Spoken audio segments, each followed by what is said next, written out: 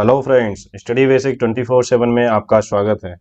आज मैं एक बार फिर हाजिर हूँ आप लोगों के सामने नंबर सिस्टम का एक नया टॉपिक लेकर के। और वो टॉपिक है अर्थमेटिक प्रोग्रेशन, जिसको हिंदी में हम समांतर श्रेणी कहते हैं, जिसमें हम इससे रिलेटेड फार्मूले को डेरिवेशन देखेंगे और साथ ही उससे रिलेटेड इंपॉर्टेंट क्वेश्चंस करेंगे एक यूनिक कॉन्सेप्चुअल ट्रिक के साथ।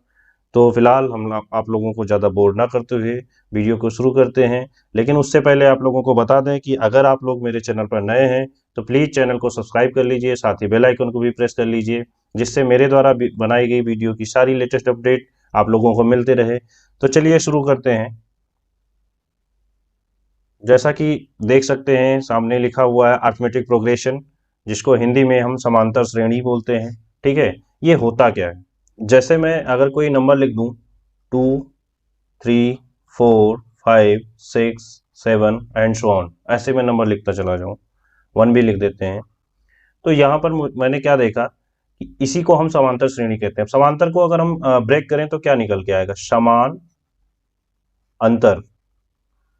मतलब समान अंतर की कोई सीरीज हो उसे हम समांतर श्रेणी कहेंगे। ठीक है, अब यहाँ पर देखिए, यहाँ पे भी +1 हो रहा है, यहाँ पे भी +1 हो रहा है, यहाँ पे भी +1 हो रहा है, यहाँ पे भी +1 हो रहा है, सब में +1 होता जा रहा है। तो इसी को हम समांतर श्रेणी कहते हैं। ठीक है, इसके बाद हम जीपी पढ़ेंगे, ज्योमेट्रिक प्रोग्रेशन, जिसको हम गुणोत्तर श्रेणी बोलते हैं। और अभी फिलहाल हम इस वीडियो में अर्थमेटिक प्रोग्रेशन ही देखेंगे। अब इससे सबसे पहले हम इसके फार्मूले को डिस्कस कर लेते हैं। जनरल टर्म्स मैंने बता दिया कि इस तरीके से होता है। अगर उस जनरल टर्म्स को अगर हम चलिए कोई एक लेट से अल्फाबेटिकल में लिखें, क्योंकि हमें कोई भी फार्मूला बनाने के लिए यानी डेरिवेशन करने के लिए हमें सबसे पहले उसको वेरिएबल टर्म्स में लिखना पड़ता है। ठीक है, अब जैसे कि यहाँ पर अगर मैं मान लेता हूँ लेट से कि पहला कोई भी पहला नंबर, जैसे यहाँ पे 1 है, ऐसे में कोई पहला नंबर ए मान लेता हूँ। ठीक है, सपोज करिए मैंने ए मान लिया, और जो इसमें डिफरेंस है उसको डी मान ले रहा हूँ। ठीक है, यानी फर्स्ट नंबर ए मान लिया है, और जो इसका कॉमन डिफरेंस है वो मैंने डी कर दिया है, यानी जो उसका समान अंतर है वो मैंने डी कर दिया है। ठीक है, तो अगर हमें जानना है तो जैसे मैंने क्या कहा, इसको मैं कैसे लिखूंगा? ए। ठीक है, ये पहला टर्म हो गया। इसमें क्योंकि हर बार देखिए यहाँ पे +1 होता जा रहा है, तो प्लस डी। अगेन इसको हम लिखेंगे ए प्लस डी, लिखा हुआ है, एक बार और प्लस डी करेंगे। ठीक है, ऐसे a plus d plus d plus d, ऐसे हम तो लिखते जाएंगे। तो इसको हम ये भी तो लिख सकते हैं, जैसे ये यहाँ पे ए लिखा था तो ए लिख दिया, ए प्लस डी, और a plus 2D, a plus 3D and so on, ऐसे मैं लिखता जा सकता हूँ। ये चीज आपको समझ में आ गई ना? तो इससे आप क्या देख रहे हैं, इसको मैं ये भी तो लिख सकता हूँ, जैसे मैंने यहाँ पे ए लिखा है तो इसको ये भी तो लिख सकता हूँ, ए प्लस 0 × डी। देखिए ध्यान से। ठीक है, यहाँ पे देखो बढ़ता जा रहा है। एक बार देखिए, अगर ये सेकंड टर्म था, ये थर्ड टर्म था, तो थर्ड में यहाँ पे 2D मैंने लिखा, तो वही चीज मैं दिखा रहा हूँ आपको। और इस सेकंड टर्म को मैं ये लिख सकता हूँ, a प्लस 1 × d। लिख सकते हैं कि नहीं लिख सकते? बिल्कुल लिख सकते हैं। और अगर मैं इस आगे अगर बढ़ूँ, a प्लस 2D को लिखना है तो मैं ये लिखूंगा, a प्लस 2D, 2 × d। ठीक है, और इसको और फर्दर अगर लिखें दूसरे को तो a प्लस 3 × d। यही तो टर्म मैंने लिखा है, एंड सो ऑन, ऐसे चलता चला जाएगा। अब इसको अगर मैं और थोड़ा सा डिराइव करूं तो मैं ये कह सकता हूं, a प्लस 1 - 1 × d। इसको मैं लिख सकता हूं a प्लस 2 - 1 × d। ठीक है, a प्लस 2 - 1 × d। और यहां पर इस 2d को मैं क्या लिख सकता हूं, a प्लस 3 - 1 × d। और इसको 3d को जो मैं लिख सकता हूं, a प्लस 4 - 1 × d। तो आप देख रहे हैं कि जैसे फर्स्ट टर्म था तो मैंने फर्स्ट को माइनस किया, सेकंड टर्म था तो 2 माइनस किया, थर्ड टर्म था तो मैंने 3 माइनस किया, फोर्थ टर्म में 4 माइनस किया, 4 - 1 - 1, ऐसे -1 होता चला गया। तो ये हम कह सकते हैं कि जैसे फर्स्ट टर्म के लिए मैंने ये किया, फोर्थ टर्म के लिए ये किया, तो मैं इसके लिए अगर मैं मान लूँ nth टर्म तक अगर मुझे जाना होता, सपोज करिए अगर मुझे nth टर्म जानना होता, जैसे मैंने क्या कहा, फर्स्ट टर्म के लिए मैंने 1 से माइनस किया, सेकंड टर्म के लिए मैंने 2 से माइनस किया, थर्ड टर्म के लिए मैंने 3 से माइनस किया, फोर्थ टर्म के लिए मैंने 4 से माइनस किया। टर्म को हिंदी में पद कहते हैं। ठीक है, अब यहाँ पर हम क्या करें, अगर मुझे n टर्म के लिए करना हो, n टर्म जानना हो, तो हम कैसे जानेंगे? यहाँ पर मैं जहां पर मैंने जैसे 4 टर्म के लिए 4 माइनस किया, उसको ऐसे में लिख सकता हूँ n-1 इंटू डी। लिख सकते हैं कि नहीं लिख सकते? और यही आपका फॉर्मूला हो गया। मतलब अगर मुझे टर्म n जानना होगा, अब वो n कोई भी नंबर हो सकता है, कितना भी बड़ा नंबर हो सकता है, कुछ भी हो सकता है, वो आपका यहाँ पे आप पुट करोगे और सीधा आप उसका आंसर जान जाओगे। ठीक है, तो इस तरीके से हम ये फार्मूला बन जाएगा। अगर हम इस टर्म n को कोई लास्ट टर्म मान लें तो हम ये भी तो लिख सकते हैं कि last term is equal to a plus n-1 into d, जिसको अगर मैं हिंदी में लिखूं तो मैं ये कहूंगा अंतिम संख्या, अंतिम संख्या इज इक्वल टू, हम क्या होगा, ये फर्स्ट नंबर था तो यानी प्रथम संख्या। ठीक है, और ये सार्वंतर था तो इसको फिलहाल, ओ सॉरी, नंबर ऑफ टर्म्स थे तो इसको मैं n ही लिख दे रहा हूं -1, और ये सार्वंतर है तो इसको d लिख दिया। ठीक है, तो इस तरीके से इसको हम लिख सकते हैं, प्रथम संख्या प्लस। तो ये हो जाएगा आपका फार्मूला, यही फार्मूला आपको यूज करना है।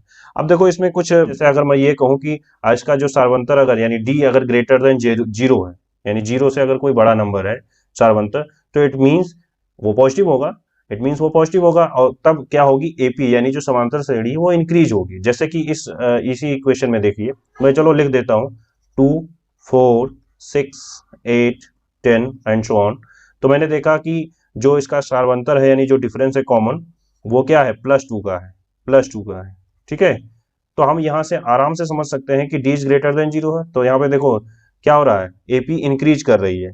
ठीक है, एपी इंक्रीज कर रही है। लेकिन अगर यही मैं कह दूं d इज लेस देन 0, यानी d अगर यानी कॉमन डिफरेंस जो है वो छोटा हो जाए तो क्या होगा, तो सिंपल सा आप कहोगे कि यहाँ पर ऐसे नंबर हो जाएंगे, जैसे मैंने इसी नंबर को अगर मैं लिख दूं ऐसे 12, 10, 8, 6, 4, 2, 0, ऐसे फर्दर चलते चले जाएंगे एंड सो ऑन। ठीक है, तो यहां पर ये क्या हो जाएगा, देखिए यहाँ पे -2 हो रहा है बार बार। तो आप देख सकते हैं एपी क्या हो रहा है, यानी जो समांतर श्रेणी वो डिक्रीज हो रही है, डिक्रीजिंग ऑर्डर में जा रही है, यानी घटते हुए क्रम में जा रही है। बात समझ में आ रही है? तो इस तरीके से क्वेश्चन, वो इस तरीके से ये फार्मूला बन गया। तो फार्मूला आपको याद क्या रखना है, L is equal to a plus n-1 into d. इसी से बहुत सारे फार्मूले बनेंगे आगे, जैसे नंबर ऑफ टर्म जानना हो तो डायरेक्ट मैंने पहले की वीडियो में बता रखा है, आप लोग देख लीजिएगा, नहीं तो यहाँ पर भी अभी क्वेश्चन कराएंगे तो आएगा तो मैं फर्दर उसको सॉल्व करके बता दूंगा। ये एकदम बिल्कुल बेसिक टर्म है, बेसिक टर्म है। अब हम जानते हैं नेक्स्ट स्टेप पे सम। अभी तो ये मैंने सिर्फ जाना कि जनरल टर्म, यानी हमें अगर लास्ट टर्म निकालनी है तो हम कैसे निकालेंगे, ये चीज जानी। अब अगर हमें इसका सम जानना हो, टोटल ऐसे अगर इसका सम करना हो तो हम कैसे जानेंगे, उस सम का फार्मूला हम देखते हैं। तो जैसा कि मैं अगर कहूं आपसे, मैंने अभी लिखा ए फर्स्ट नंबर था, फर्स्ट नंबर, ठीक है, जिसको हिंदी में प्रथम संख्या कहेंगे, प्रथम संख्या, और डी मैंने कॉमन डिफरेंस लिखा, जिसको हम हिंदी में सार्वंतर कहेंगे, और एन जो है वो नंबर ऑफ टर्म्स है, यानी जो एन को नंबर ऑफ टर्म्स, पदों की संख्या हम कह सकते हैं हिंदी में इसको, पदों की संख्या। ठीक है, ये बोल सकते हैं कि टोटल पदों की संख्या कितनी आएगी। ये मैंने कुछ टर्म्स यूज किए, एक और टर्म यूज किया मैंने एल, जिसको मैंने कहा अंतिम पद या अंतिम संख्या। ठीक है, जिसको मैंने कहा इंग्लिश में लास्ट टर्म, लास्ट टर्म।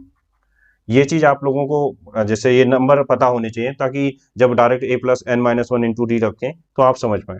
अभी मैंने जैसे अगर अब मान लीजिए, जैसे मैंने अभी एक नॉर्मल सा एक अर्थमेटिक प्रोग्रेशन लिखा था, समांतर श्रेणी लिखी थी a प्लस डी ऐसे।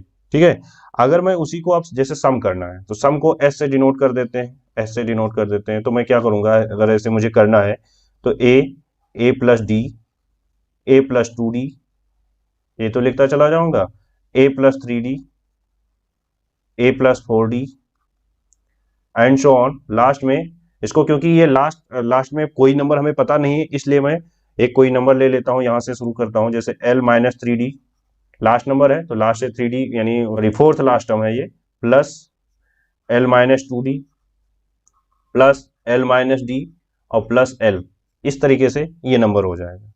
ये मैंने s मान लिया। अगर इसी को मैं रिवर्स ऑर्डर में लिखूं, इसी को अगर मैं रिवर्स ऑर्डर में लिखूं तो आप देखेंगे, इसी को मैं शुरुआत से लिखता हूं तो l plus l-d plus l-2d plus L minus 3d dot dot dot dot and so on. यहाँ पर देखिए क्या है, जैसे a प्लस 3d से अगर लिखना शुरू करें तो a plus 3d, a plus 2d, a plus d plus a. तो इसको दो तरीके से मैंने एक ऐसे नॉर्मल लिख दिया, उसके बाद उसको रिवर्स ऑर्डर में लिख दिया, ठीक है, यानी उल्टा कर दिया। अगर मैं अब इन दोनों को ऐड करूं, ठीक है, आप देखिए ध्यान से, अगर मैं इन दोनों को ऐड करता हूं तो आप एक सीरीज पाएंगे, उस सीरीज को ही आपको समझना है, वो सीरीज क्या होगी। तो देखिए जैसे मैं अगर s और प्लस s ऐड करूंगा तो क्या आएगा, 2s आएगा, मैंने 2s लिख दिया, ठीक है। अब यहाँ पर इसको ऐड करोगे तो क्या आएगा, a प्लस एल, ठीक है, इसको देख सकते हो। अगर ये दोनों को ऐड करोगे यानी प्लस जैसे है, तो आप क्या देखोगे, a प्लस डी, मैंने ये टर्म लिख लिया, और फिर ये लिखेंगे प्लस एल माइनस डी, ठीक है। अगेन तीसरा टर्म देखिए, प्लस a प्लस 2d, ध्यान से समझ लीजिएगा, एल माइनस 2d, ठीक है, मैंने ये टर्म लिख लिया। अब मैं इनको इनको ऐड करता हूं तो मैं देख रहा हूं a plus 3d, L minus 3d, sorry यहाँ पे प्लस लग जाएगा, एल माइनस 3d, ये पूरा नंबर आ गया। अब देखिए इनको एक कॉन्सेप्ट देखेंगे आप, यहाँ पर क्या था, a प्लस एल, यहाँ पे माइनस डी कैंसल आउट हो जाएगा, तो यहाँ पर जो भी वैल्यू आएगी वो भी आएगी a प्लस एल। यहाँ पर अगर देखेंगे हम तो ये भी कट जाएगा, तो यहाँ पे भी वैल्यू a प्लस एल आएगी, और अगर इधर देखेंगे तो माइनस 3d से प्लस 3d कैंसल आउट हो जाएगा, तो यहाँ पर जो वैल्यू आएगी वो भी a प्लस एल आएगी। तो हम ये कह सकते हैं कि हर टर्म्स को जब मैं ऐड कर रहा हूँ, यानी एक बार ऐसे मैंने लिखा और ऐसे लिखने के बाद जब मैंने रिवर्स ऑर्डर में लिखा, उसके बाद मैंने इसको जब ऐड किया तो मुझे बार बार a plus l, a plus l, a plus l मिल रहा है।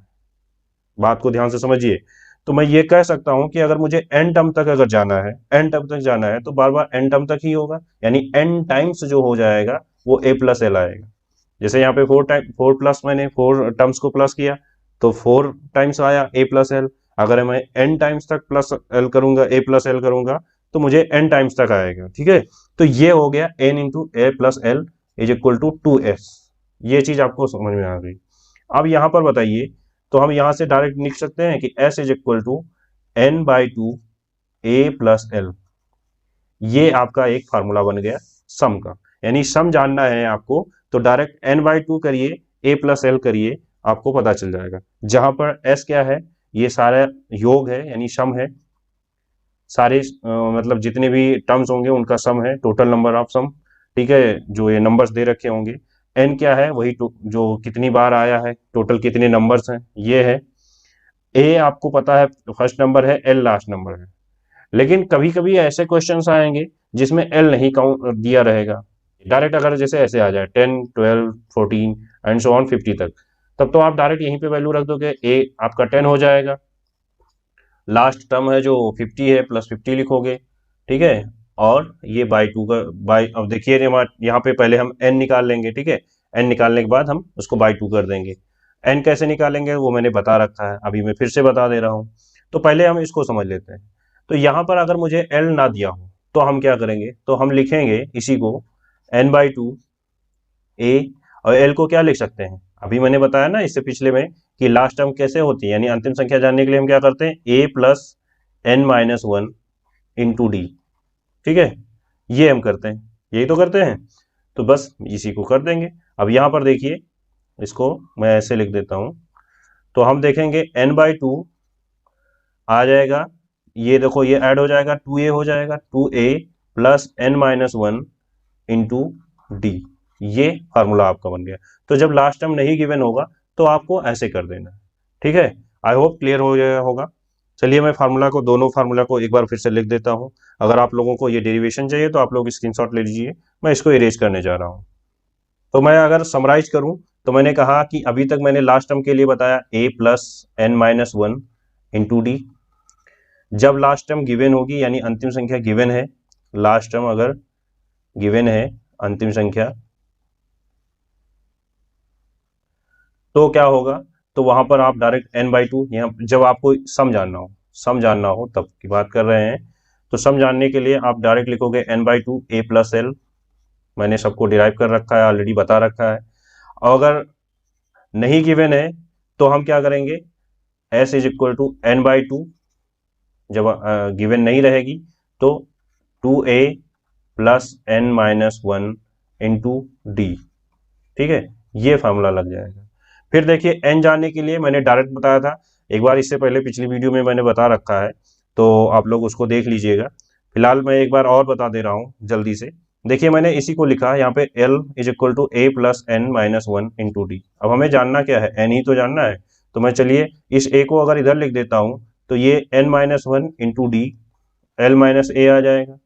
और अगर इस d को मल्टीप्लाई पे भेज देंगे, ओ सॉरी डिवाइड पे, तो n माइनस 1 क्योंकि इधर मल्टीप्लाई में है तो यहाँ पे l minus a by d आ जाएगा। और further n is equal to l minus a by d plus 1 हो जाएगा। तो ये नंबर ऑफ टर्म्स के लिए हो जाएगा। अब यहाँ पर इसका मतलब क्या हुआ, इसको अगर मैं हिंदी में लिखूं तो मैं ये लिखूंगा कि अगर हमें नंबर जानना है तो हम लिखेंगे l क्या है, अंतिम संख्या, अंतिम संख्या माइनस प्रथम संख्या अपॉन सार्वंतर प्लस 1। तो ये चीज अब समझ में आ गई होगी कि जैसे डायरेक्ट बुक में लिख दिया जाता है कि ये डायरेक्ट ये याद कर लीजिए, लेकिन क्यों याद करना होता है, कहाँ से आता है, ये सारी चीजें मैंने बता दी बहुत अच्छे से, मैंने एकदम बिल्कुल बेसिक से डिराइव कर दिया है। अब चलिए हम इससे रिलेटेड कुछ सम्स कर लेते हैं। जैसे मैं एक सीरीज लिखूं 9 5 1 -3 एंड सो ऑन, ऐसे मैंने एक सीरीज लिख दिया और इसका हमें 20th सम जानना है, ठीक है, 20वां। ऐसे इस समांतर श्रेणी का हमें 20वां पद जानना है कि कौन सा होगा। तो हम सिंपल सा क्या करेंगे, हमें पता है कि अभी मैंने पढ़ा है टर्म 20, यानी हमें जानना है तो हम लिखेंगे a plus n minus 1 into D. जहां पर हमें a की वैल्यू 9 पता है, n हमें 20 पता है, ठीक है, हमें 20th टर्म जानना है तो इसलिए हमें n पता है।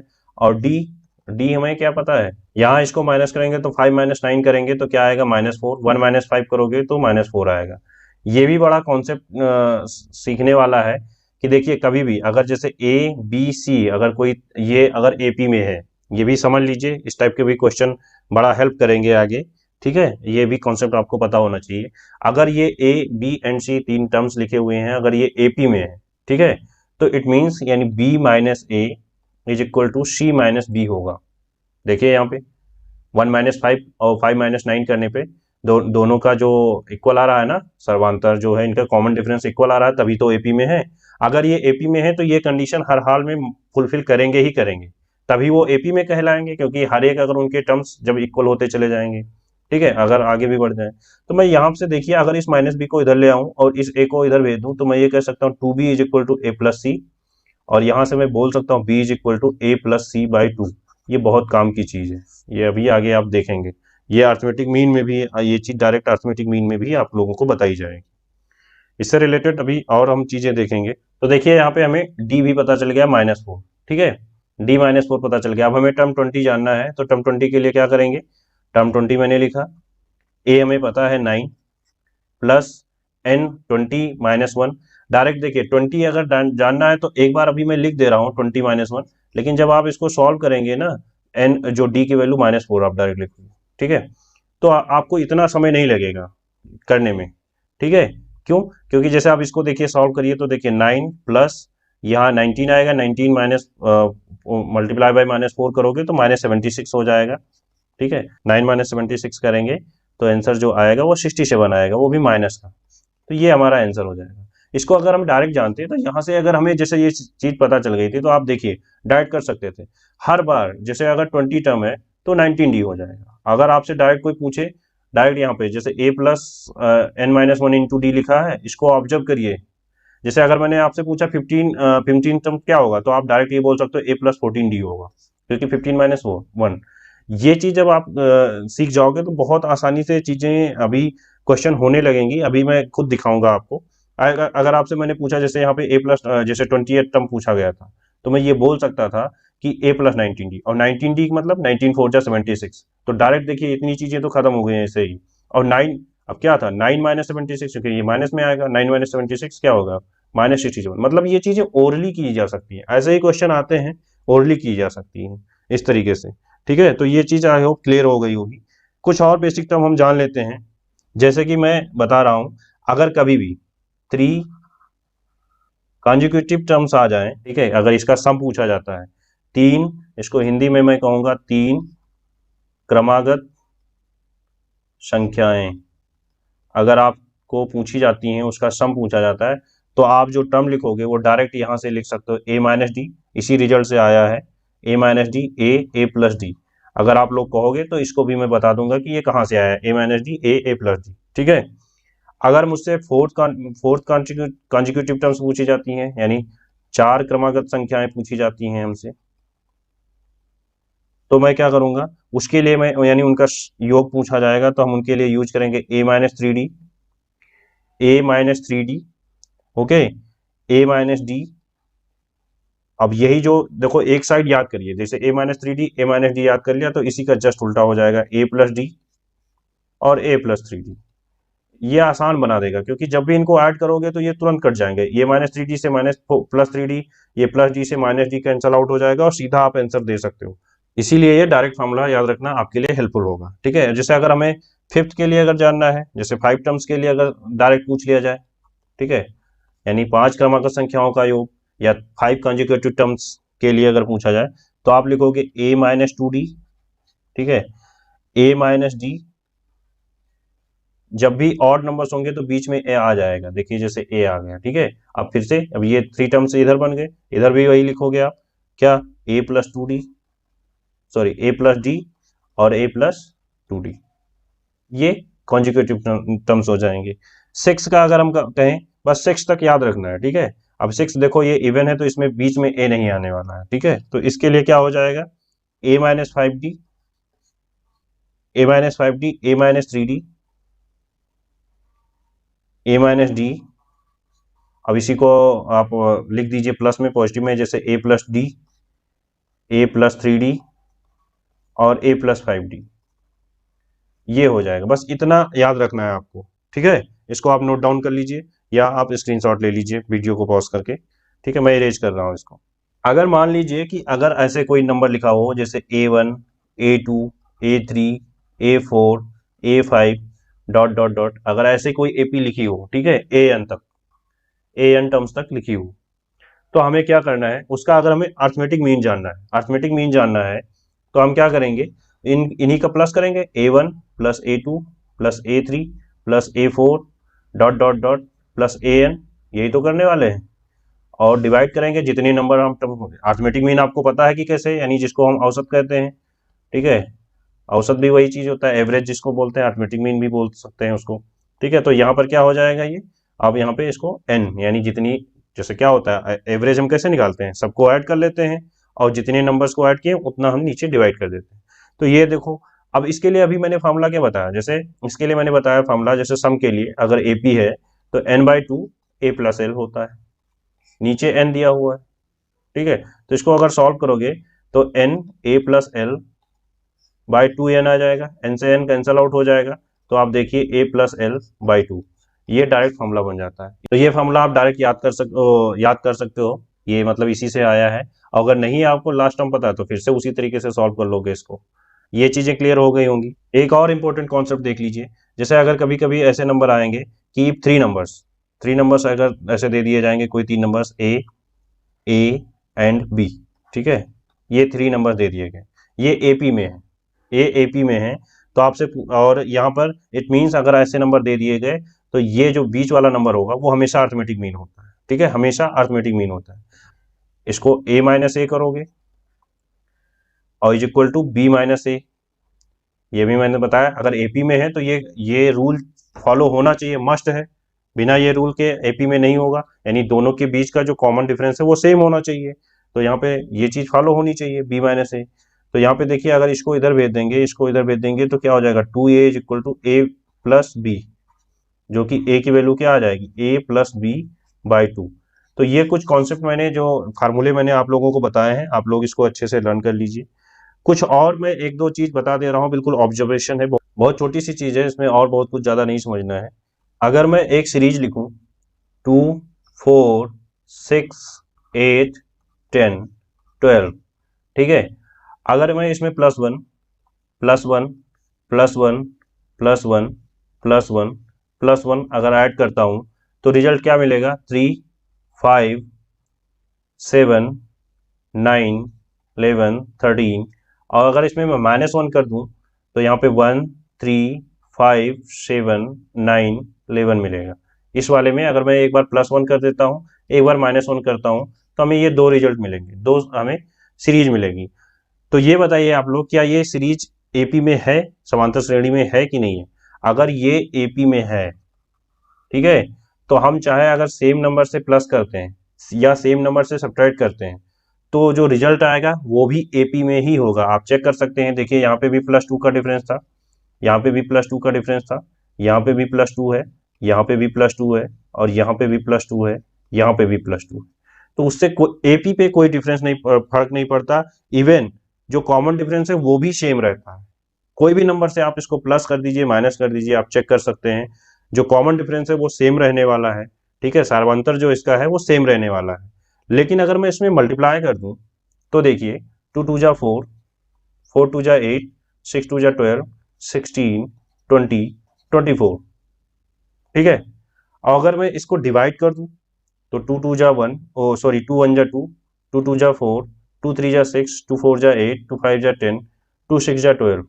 तो एक चीज आप नोटिस कर रहे होंगे, ये भी एपी में है। देखिए +4 +4 +4 +4, ठीक है, और इसमें देखिए +1 +1 +1 +1। तो यहां देख रहे हैं ये भी एपी में है, लेकिन इसमें एक चेंज हो गया। यहां पर अगर मैंने कॉमन डिफरेंस देखिए चेंज हो गया, मैंने 2 से मल्टीप्लाई किया था, तो उस कॉमन डिफरेंस में भी 2 से मल्टीप्लाई हो गया। देखो पहले कॉमन डिफरेंस 2 का था, अब इसमें देखो 2 का मल्टीप्लाई हो गया। जब मैंने इसको 2 से डिवाइड किया इस वाले एपी को, तो मैंने देखा कि ये भी 2 से डिवाइड हो गया, क्योंकि कॉमन डिफरेंस कितना था, 2 था, तो इसको भी डिवाइड कर दिया गया, 1 आ गया। तो आई होप ये बिल्कुल बेसिक चीजें आप लोगों को क्लियर हो गई होंगी। अब हम चलते हैं कुछ इंपॉर्टेंट क्वेश्चंस के ऊपर। जैसा कि पहला क्वेश्चन देखिए क्या लिखा हुआ है, if 8 times the 8th term of an AP is equal to 15 times its 15th term, find its 23rd term।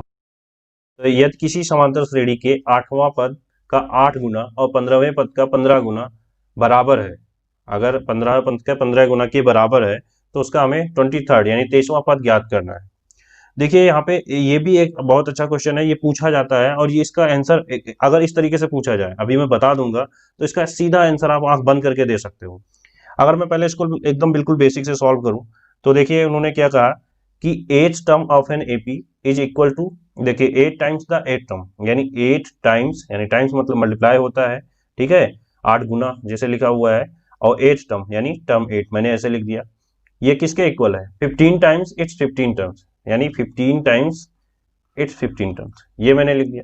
अभी मैंने आपको बताया है कि इसमें क्या करना है, जैसे इन्होंने क्या लिखा, अगर मैं इसको फर्दर सॉल्व करूं, तो देखो 8 टाइम्स 8 टर्म्स लिखा है, तो मैं डायरेक्ट इसको लिख सकता हूं 8 इंटू ए प्लस 7d, ये मैं लिख सकता हूं कि नहीं, क्योंकि मैंने बताया ना कि अभी डायरेक्ट मैंने a+n-1d अब लिखने की कोई जरूरत नहीं है, क्योंकि अब मैंने समझा दिया है, अब आप लोगों को समझ में आ गया है। तो डायरेक्ट जैसे अगर उसने 8th टर्म कहा तो मैं डायरेक्ट 7d लिख दूंगा, ठीक है, अगर 23rd टर्म कहा है तो 22nd d लिख दूंगा, 22d। अब यहाँ पर इज इक्वल टू क्या हो जाएगा, 15 इंटू ए प्लस 14d। बात को ध्यान से समझिए, ये चीज मैंने कर दी। अब जरा इसको मल्टीप्लाई करा दो अंदर, तो ये हो जाएगा 8a plus 56d is equal to 15a plus 210d। 15 14 जा जब करेंगे तो 210d आ जाएगा। अब जरा इसको इधर भेज दीजिए, जैसे ये तो कितना हो जाएगा, ये आपका 15a है, यहाँ पर 8a है, तो ये इधर आकर के कितना हो जाएगा, -7a, तो ये आएगा 154d।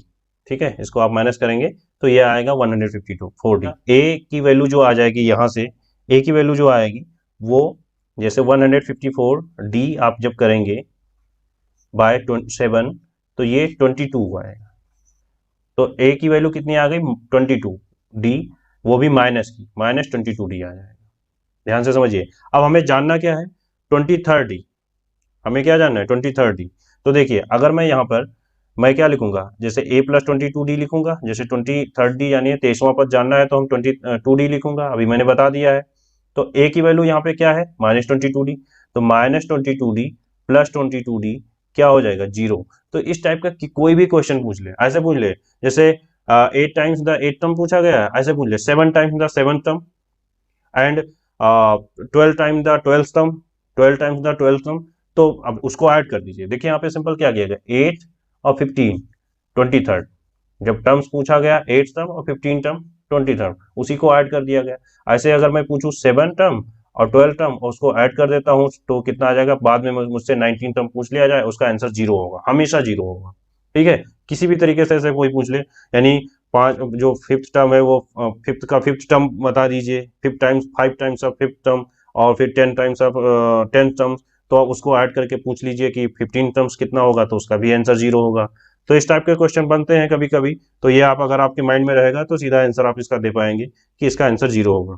देखिए इस टाइप के भी क्वेश्चन पूछे जाते हैं कि how many whole numbers each divisible by 7 lie between 200 and 700, यानी 200 और 700 के बीच में कुल कितनी पूर्ण संख्याएं होंगी जो 7 से पूर्ण रूप से विभाजित होंगी।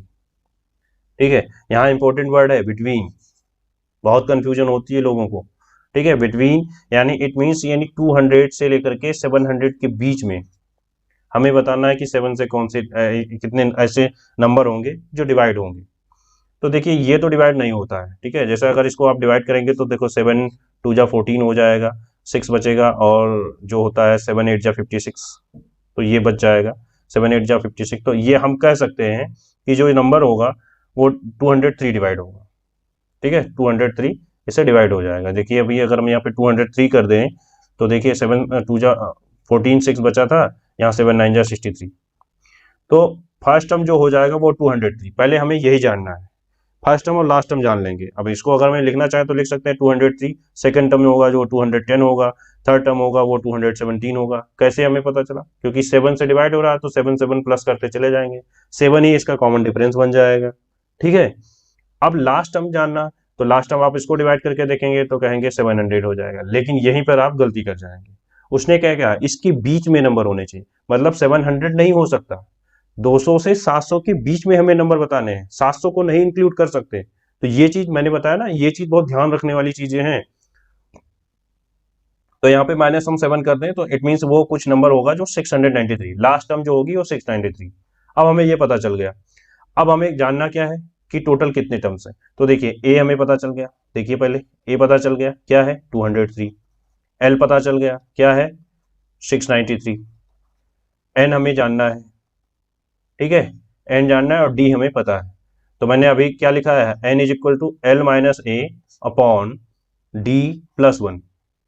ठीक है, तो यहाँ पे देखिए एल कितना है 693 माइनस ए कितना है 203 बाय 7, तो इसको जब करेंगे तो 3 से 3 0 9, यहाँ पे 9 आ जाएगा, और ये 6 2 490 यानी 70, और प्लस 1 यहाँ लगाता हूँ तो 71, यानी टोटल जो टर्म होंगे इसमें 71 ऐसे टर्म होंगे 200 और 700 के बीच में जो 7 से एग्जैक्टली डिवाइड हो जाएंगे।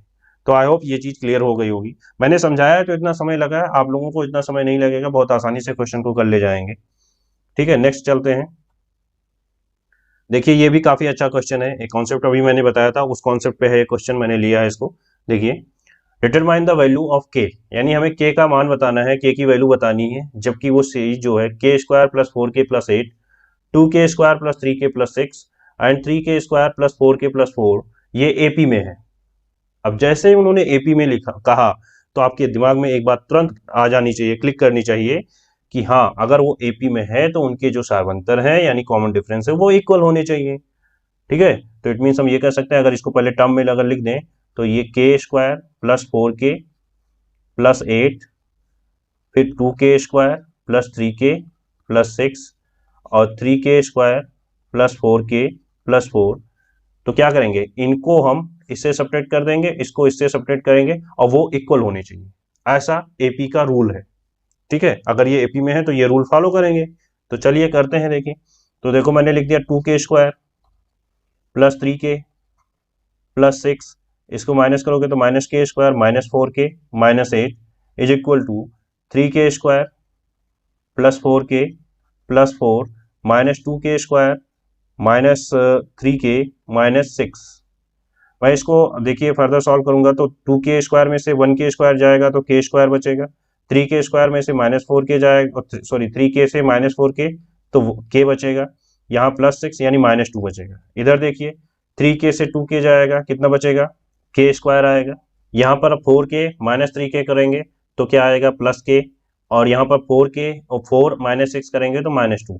तो यहाँ पर आप देख सकते हैं, अगर मैं एक साथ सबको ले आऊँ तो आप कह सकते हैं डायरेक्ट, भैया अगर इसको कट करना चाहो तो कट कर सकते हो। देखो यहाँ के स्क्वायर से के स्क्वायर, -2 से -2 कैंसल आउट हो जाएगा।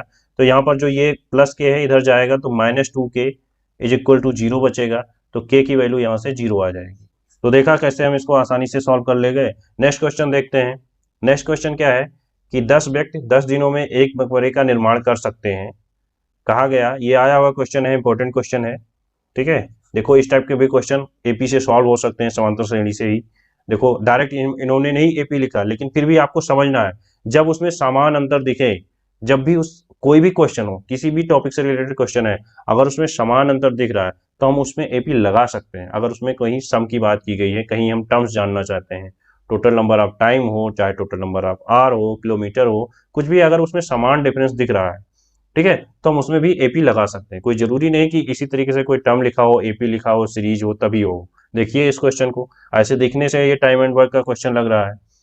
10 व्यक्ति 10 दिनों में एक मकबरे का निर्माण कर सकते हैं। दुर्भाग्य से पहले दिन केवल एक कार्यकर्ता उपलब्ध होता है। पहले दिन केवल एक, यानी पहले दिन कौन सा, ए की वैल्यू 1 हो गई। दूसरे दिन 2 और शामिल हो जाते हैं।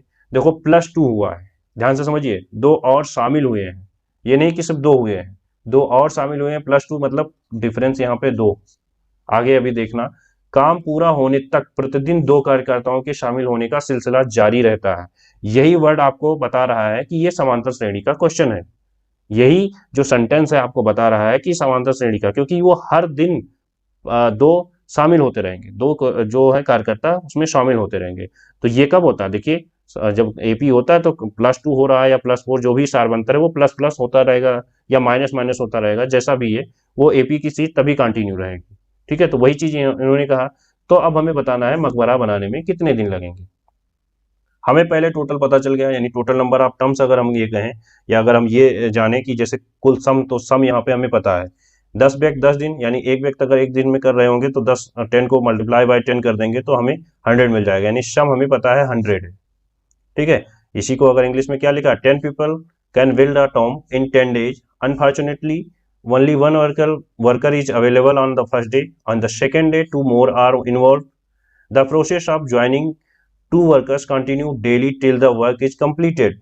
How many days will it take to build a tomb? तो देखिए इस टाइप के क्वेश्चन को करना क्या है, अब हमें सारी चीजें पता चल गई, यानी हमें एन जानना है। क्या जानना है, एन जानना है, टोटल नंबर ऑफ टाइम ही तो जानना है कि कितने दिन लगे, कितने दिन लगेंगे बनाने में। तो चलिए सॉल्व करते हैं। देखिए हमें लास्ट टर्म तो नहीं पता है, लेकिन हम क्या करेंगे, यहाँ पे लिखेंगे 100, जैसे सम पता है n/2, ये हमें जानना ही है। 2a पहले लिख देते हैं, तो 2 × 1 हो जाएगा यहाँ पे, क्योंकि पहले दिन एक ही आदमी आया था, प्लस n-1 × d, क्योंकि लास्ट हमें नहीं पता है तो इसलिए हम ऐसे लिखेंगे n-1 × d। तो n-1 × d, और d कितना है, 2 का। ठीक है, हर दिन 2 एक्स्ट्रा ऐड हो रहे हैं, तो ये चीज हो गई। अब हमें ये पता चल गया, अब इसको सॉल्व कर लेते हैं। तो देखिए यहाँ पे इसको फर्दर सॉल्व करोगे तो 100 इज इक्वल टू n/2, और अंदर जो है यहाँ पे 2 प्लस 2n-2 बचेगा, जो कि ये कैंसल आउट हो जाएगा, सिर्फ 2n बचेगा, तो ये इधर चला जाएगा। तो यहाँ पर जो 200 इज इक्वल टू 2n² आ जाएगा। ठीक है, 200 इज इक्वल टू 2n², तो n² इज इक्वल टू 100, और n की वैल्यू क्या आ जाएगी, 10। तो हमें पता चल गया कि 10 डेज में आप आराम, ये जो टॉम बन जाएगा। ठीक है, 10 डेज में, 10 दिन में ये मकबरा बनकर तैयार हो जाएगा। तो देखा इस टाइप के भी क्वेश्चन आते हैं, ऐसे हम उसको सॉल्व कर सकते हैं। नेक्स्ट चलते हैं। नेक्स्ट क्वेश्चन जैसे मैं लेता हूं, अगर कुछ ऐसे नंबर आ जाए, ये भी काफी अच्छा है, 1 + 2 + 3 + 4, ऐसे +10 तक अगर ऐसे नंबर दिए हुए हैं जिनका सम ऑलरेडी पता है कि 55 है, तो हमसे पूछ रहा है कि 6 + 12 + 18 + 24 एंड सो ऑन, और +60, ऐसे नंबर हमसे पूछ लिया गया, इसका सम बताना है। तो देखने में अब आपको थोड़ा सा अलग सा लग रहा होगा, लेकिन इसमें ये 1 सेकंड का क्वेश्चन है, ये आया हुआ क्वेश्चन है। ठीक है, एसएससी में पूछा हुआ क्वेश्चन है ये। देखिए इसमें क्या करेंगे, तो एक चीज आप देख रहे होंगे, अगर मैं इसमें से 6 कॉमन ले लूं, तो देखेंगे अंदर क्या बचेगा, 1 + 2 + 3 + 4 एंड सो ऑन +10, ठीक है, यही तो बचेगा। और इसकी वैल्यू ऑलरेडी हमें पता है, क्योंकि अगर ये चीज़ दी गई है तो कहीं यूटिलाइज करने के लिए तो गिवन है। तो यहाँ पे हम क्या करेंगे, 6 मल्टीप्लाई बाय यहाँ 55 पता है, तो इसी को मल्टीप्लाई कर देंगे, तो इसका आंसर क्या हो जाएगा, 330। तो चलिए नेक्स्ट क्वेश्चन देखते हैं। अब नेक्स्ट क्वेश्चन क्या है, लिखा हुआ है कि 1 + 2 + 3 + ... 49 + 50 + 49, ठीक है, ऐसे +48, ये भी आया हुआ क्वेश्चन है, +... +3 + 2 + 1, ऐसे नंबर दे दिए गए और हमसे पूछ लिया गया ये इसका सम बताइए, ठीक है, इसमें ऐसे पूछ लिया गया इसका सम हमें बताना है। तो इसको 2 ब्रेक में करना है, ठीक है, ब्रेक में करना है मतलब इसको हम यहाँ से ब्रेक कर देंगे। देखो ये एक बार यहाँ तक बढ़ रही है संख्या, फिर यहाँ से घट रही है, तो ऐसे तो ये डायरेक्ट एपी में नहीं है। क्यों, क्योंकि यहाँ से पहले क्या हो रहा है, +1 हो रहा है, फिर उसके बाद -1 हो रहा है, तो ये एक अलग एपी हो गई, यहाँ पे 2 एपी का यूज किया गया है और ये अलग एपी हो गई। तो इसके लिए क्या करेंगे, पहले हम इसके लिए लगाएंगे, तो हमें पता है, देखिए ए की वैल्यू 1 है, एल यहाँ पे भी हमें पता है 50 है, डी हमें पता है 1 है, कॉमन डिफरेंस भी तो हमें पता है ना, और एन भी हमें यहाँ पे पता है 50 है। तो हमें सॉल्व क्या करना है, एस जानना है, पहले इतने का एस जान लेते हैं, सम जान लेते हैं। तो क्या होता है, n/2 a + l, ठीक है, यही तो होता है। तो ए क्या है, ए यहाँ पे 1 है और एल क्या है 50 है, तो 51 ये हो गया। और एन कितना है, टोटल नंबर ऑफ टर्म्स जो है यहाँ पे 50 हैं, क्योंकि यहाँ से दिख रहा है 1 से लेकर के 50 तक, और /2 कर देंगे, इसको कट करेंगे, तो हमें यहाँ पे 25 1 जा 25 और 25 5 जा कितना होता है, 125 होता है, और 125 टू 127, ठीक है, यानी 1275 हमें इतना पार्ट पता चल गया। इधर वाले पार्ट को अगर हम सॉल्व करें तो देखिए ए की वैल्यू यहाँ पे क्या है 49 है और एल है 1, यहाँ पे नंबर ऑफ टर्म्स 49 है, ठीक है, और डी यहाँ भी 1 है, डी यहाँ भी 1 है, हमें पता है, डी का हमें वैसे कोई मतलब ही नहीं है, डायरेक्ट एस जानना है। तो n/2 a + l होता है, तो देखिए यहाँ पे n क्या है 49 है, ठीक है, /2 इंटू यहाँ पर 49 + 1 करोगे तो कितना आ जाएगा 50। तो इसको सॉल्व करने के लिए ऐसे सॉल्व कर सकते हैं, 50 - 1 × 25। तो देखिए अभी मैंने 25, अगर हमें डायरेक्ट 50 निकालना है तो 1250 हो जाएगा, उसमें से -25 कर दोगे तो 1225 आ जाएगा। डायरेक्ट वहां से करने से अच्छा है आप डायरेक्ट ऐसे कर सकते हो, मैंने लिखा, आप माइंड में कर लोगे तो आसानी से हो जाएगा।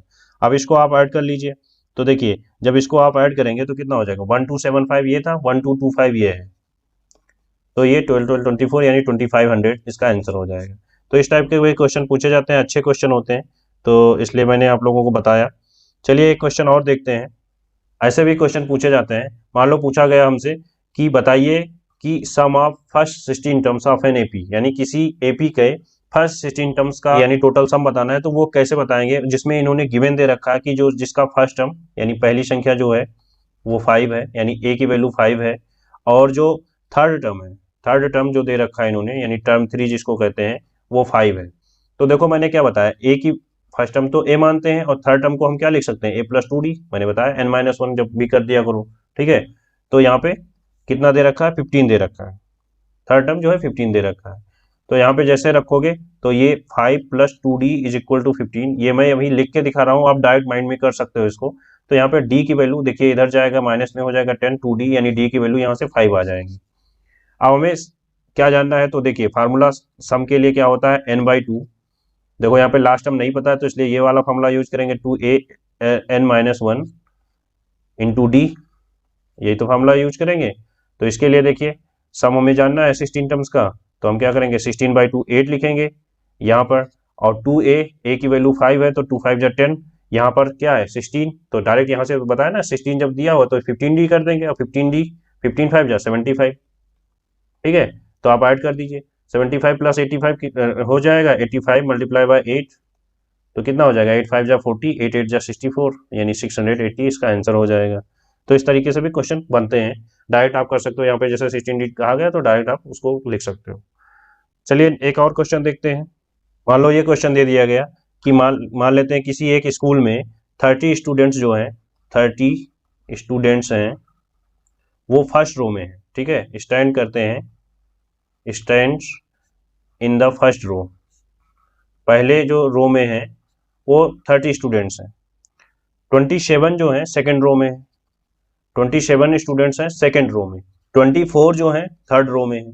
तो जैसे मैंने इतना बोला, आप देखिए यहाँ पे चीजें कुछ कॉमन हो रही हैं, 30 फिर 27 फिर 24, मतलब -3 -3 -3 सब में चल रहा है, यानी यहाँ पे एपी दिख रहा है, कॉमन डिफरेंस बनना है ना। और बताया गया कि जो 6 हैं, यानी 6 स्टूडेंट जो हैं वो लास्ट रो में, यानी अंतिम जो रो होता है अंतिम रो में। तो हमें बताना है कि यहाँ पर टोटल कितनी रो हैं और कितने जो हैं टोटल नंबर ऑफ स्टूडेंट्स हैं, ये चीज हमें बतानी। तो मतलब ये देखिए, अगर मैं इसको एपी में लिखूं यानी समांतर श्रेणी में लिखूं तो 30, 27, 24 ऐसे इन्होंने 6 ऐसे बताए, ठीक है। अब यहाँ पे देखिए ए की वैल्यू क्या है, 30 है, डी कितना है, -3 है, ठीक है, माइनस हो रहा है बार बार, और एल कितना है, 6 है, नंबर हमें नहीं पता है, ठीक है, और हमें एस भी जानना है, यानी दो चीजें जाननी है। तो पहले हम नंबर जान लेते हैं। नंबर के लिए वही सेम फार्मूला क्या होता है कि आप डायरेक्ट लिख सकते हो इसको, n इज इक्वल टू, जब जानना होता है तो l minus a upon d plus 1 कर देते हैं।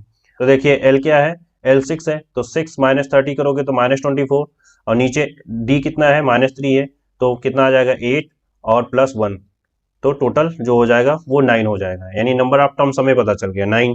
अब यहाँ पे हम सीधा सम लगा देंगे, सम ऑफ 9 टर्म्स अगर हमें जानना है तो n/2 यानी 9/2 हो जाएगा। यहाँ पर a प्लस एल लगा सकते हैं क्योंकि हमें फर्स्ट टर्म और लास्ट टर्म दोनों पता है, तो a प्लस एल यानी 30 + 6 डायरेक्ट हम कर सकते हैं, तो 36 हो जाएगा।